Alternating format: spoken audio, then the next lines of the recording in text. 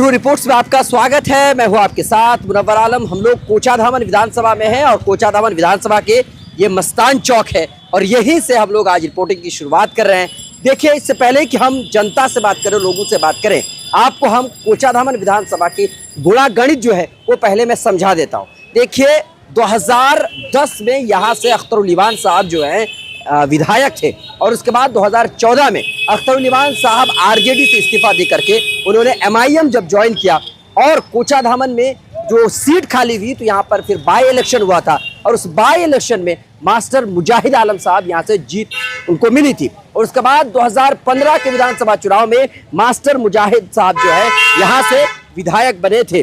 और आपको हम बता देना चाहते हैं, देखिए उस समय जो विधायक बने उसके बाद 5 साल तक वो रहे, वो जेडीयू से विधायक बने थे और 2020 में एमआईएम की लहर थी और 2020 में पूरे सीमांचल में 5 सीटें एमआईएम के खाते में गई थी और ये वाली सीट यानी कोचाधामन विधानसभा की जो सीट है ये भी एमआईएम के खाते में गई थी और मोहम्मद इजहार असफी साहब को लगभग 80,000 वोट मिले थे और जेडीयू से जो मुजाहिद आलम साहब थे उनको लगभग 43,000 वोट मिले थे और आरजेडी के जो विधायक थे, आरजेडी के जो उम्मीदवार थे शाहिद आलम, उनको 26,000 वोट मिले थे।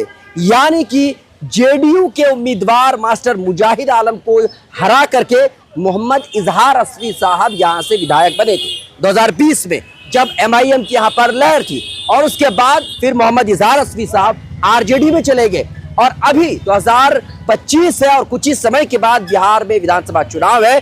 तो फिर कोचाधामन की हवा क्या है? क्या इस बार इंडिया गठबंधन और एमआईएम या फिर एनडीए क्या कुछ होने वाला है? क्या ये देखना होगा कि एमआईएम के जो वोटर्स थे क्या अब भी वो वोटर्स हैं या फिर वो टूट गए हैं जब मोहम्मद इजहार असफी साहब आरजेडी में चले गए? तो लोगों से बातचीत करने के बाद सब कुछ हम आपके सामने रखेंगे।